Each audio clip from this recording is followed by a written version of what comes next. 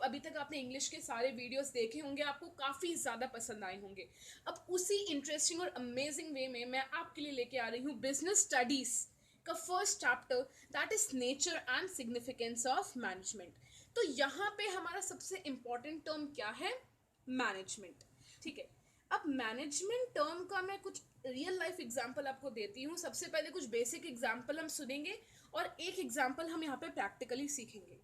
आपने अपने स्कूल में अपनी टीचर्स से सुना होगा, पेरेंट्स से सुना होगा कि बेटा अपनी पढ़ाई को अच्छे से मैनेज करो, अपने दिन को इतना वेल प्लान्ड करो, अपने दिन को इतना वेल मैनेज्ड करो ताकि आपको सिर्फ पढ़ने के लिए ही नहीं बल्कि खेलने के लिए भी टाइम मिले, प्रॉपर एंटरटेनमेंट के लिए भी टाइम मिले, रेस्ट के लिए भी टाइम मिले, प्लस अपनी फैमिली के साथ टाइम बिताने के लिए भी टाइम मिले।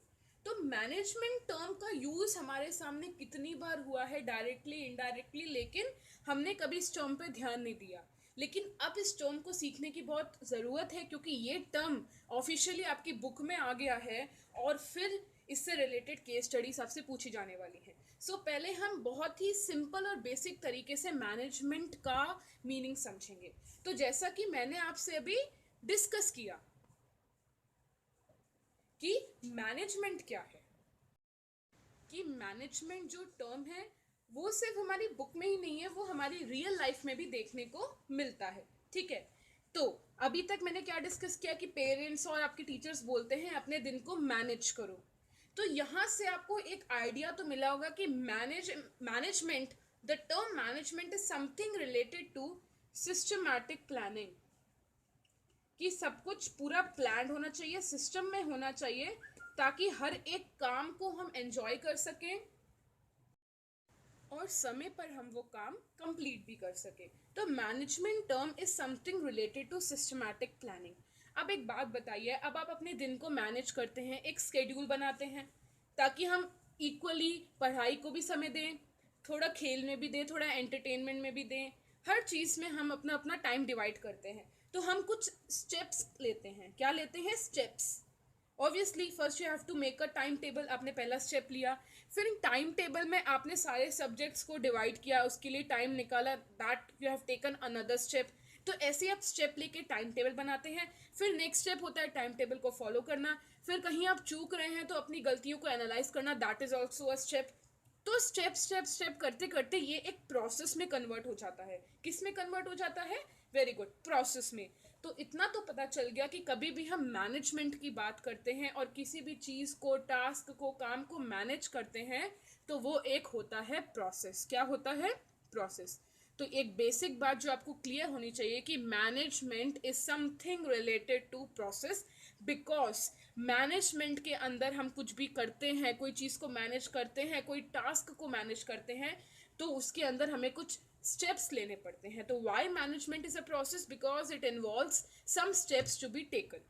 अब मैं एक और रियल लाइफ एग्जांपल आपसे डिस्कस कर रही हूँ। आप एक एग्जांपल कंसिडर कीजिए, आपके घर में आपके पापा वर्किंग होंगे, ऑब्वियसली वो काम करते होंगे। अब मे बी उनका बिजनेस होगा या फिर वो एज एन एम्प्लॉय किसी ऑर्गेनाइजेशन में काम करते होंगे। एक बात हमेशा याद रखनी है, हमने 11th के बिजनेस स्टडीज़ में पढ़ा है बिजनेस और एक एम्प्लॉयमेंट में क्या डिफरेंस है। बिजनेस में अगर आपका बिजनेस है खुद का और अगर आप बिजनेस में इन्वॉल्व हो तो हमेशा आपको रिवॉर्ड किस रूप में मिलेगा? प्रॉफिट्स में। ये थोड़ा सा रिवीजन है 11th स्टैंडर्ड का। क्या है? बिजनेस में हो तो आपको क्या मिलेगा? प्रॉफिट्स के रूप में रिवॉर्ड मिलेगा। अगर आप एज एन एम्प्लॉय कहीं काम कर रहे हैं तो आपको सैलरी के रूप में रिवॉर्ड मिलेगा। ठीक है, तो यहाँ पे अगर जो भी आपके पापा एक बिजनेसमैन है या एज एन एम्प्लॉय काम करते हैं तो उन्हें प्रॉफिट्स या सैलरी, जो भी एक इनकम वो कमाते हैं। ठीक है, और मम्मा घर चलाती हैं। Maybe your mother is a working women और she is a house maker, but घर चलाने का एक मुश्किल टास्क और काम मम्मी से ज़्यादा कोई भी नहीं कर सकता।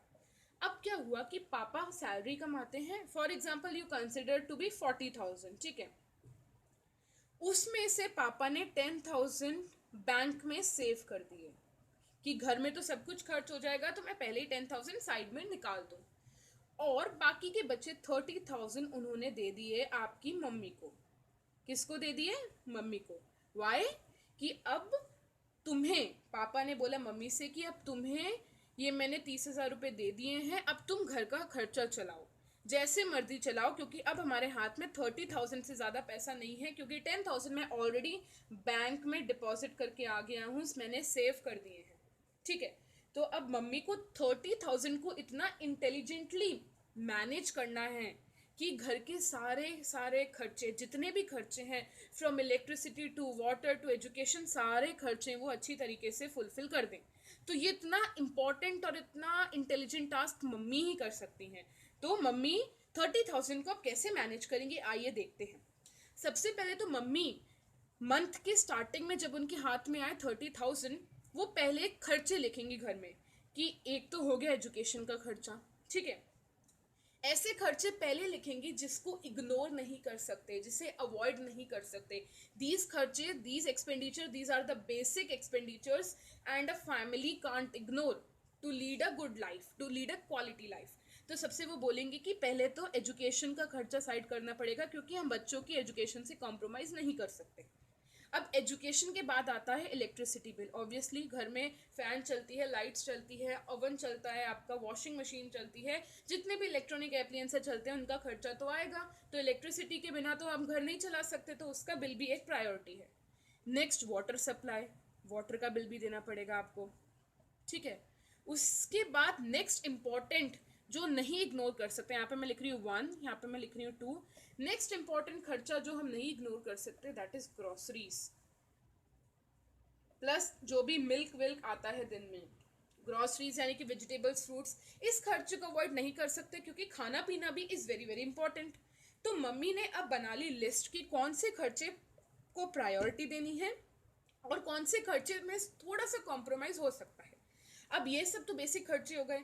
अब चौथा खर्चा चलता है थोड़ा सा रिक्रिएशन।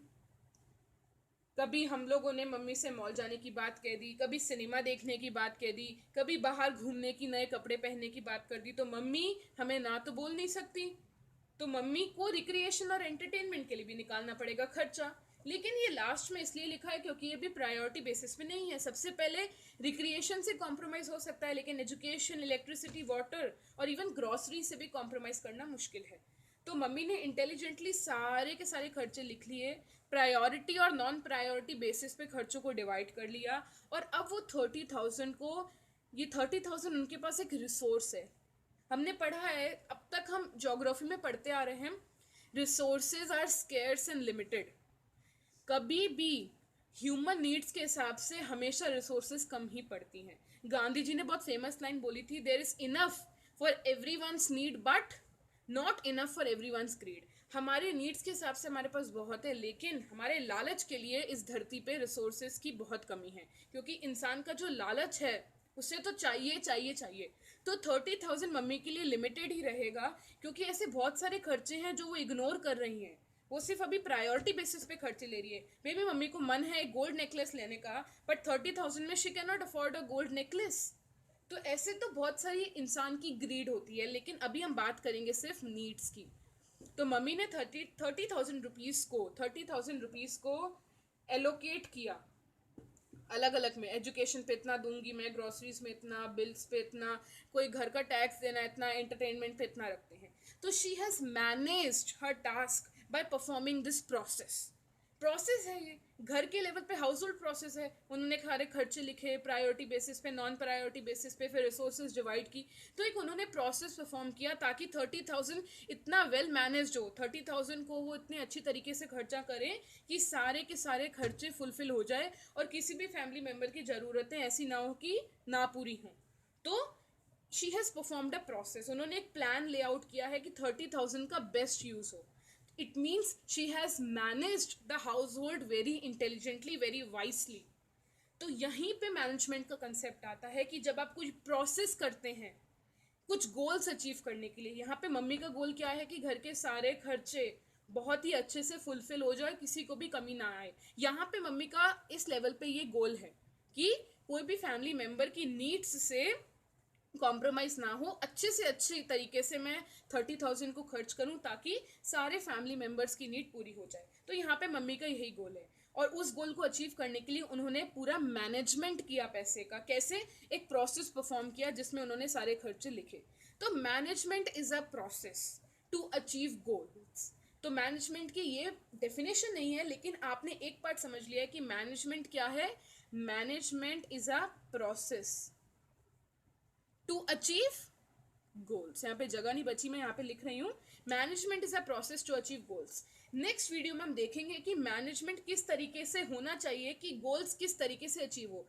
यानी कि आगे हम वीडियो में क्या पढ़ेंगे कि मैनेजमेंट हमने क्या सीखा कि काम को इस तरीके से करना कि गोल्स अचीव हो जाए। अब काम कैसे हो, समय पे कंप्लीट हो। यहाँ पे तो मम्मी को 30,000 में ही सब कुछ करना है। तो ये पूरा कंसेप्ट हम आगे वाली वीडियो में पढ़ेंगे कि ये तो हम समझ गए कि मैनेजमेंट यानी कि गोल्स को अचीव करना, लेकिन किस तरह हम काम करें कि हमारे गोल्स इफेक्टिवली और एफिशिएंटली अचीव हो जाए। तो अभी मैंने आपको थोड़ा सा आइडिया दे दिया है दो टर्म्स का, इफेक्टिवनेस और एफिशिएंसी। कौन से दो टर्म्स हैं, इफेक्टिवनेस और एफिशिएंसी। तो ये टर्म्स का हम नेक्स्ट वीडियो में डिस्कशन करेंगे। तब तक आप ये पूरी वीडियो देखें, आपको अच्छे से क्लियर हो जाएगा कि मैनेजमेंट क्या है। और मैनेजमेंट सिर्फ एक बुकिश टर्म नहीं है, it's a real life term जो हर रोज हर घर में, हर इंस्टीट्यूशन में, हर स्कूल में यूज होती है। हर जगह पे मैनेजमेंट का यूज होता है। तो इसके लिए आपकी बुक में एक टर्म दिया गया है, परवेसिव। परवेसिव का मतलब होता है यूनिवर्सल। तो जैसा कि मैं आपको बार बार कह रही हूँ कि मैनेजमेंट हर जगह यूज होती है, it means management is a universal term.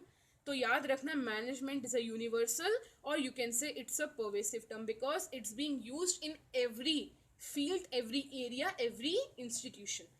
तो यहाँ तक आप वीडियो देखिए। अगर आपको वीडियो पसंद आया हो, मैंने क्लियरली समझाया हो, तो प्लीज़ लाइक कीजिए, चैनल को सब्सक्राइब कीजिए, hit the bell icon for the latest notifications and please share this video with your friends, क्योंकि ये मेरे को मोटिवेट करता है मैं इस इंटरेस्टिंग तरीके में आपके लिए कुछ और बहुत ही इंटरेस्टिंग चैप्टर्स लेके आऊँ। So till then, bye and good luck.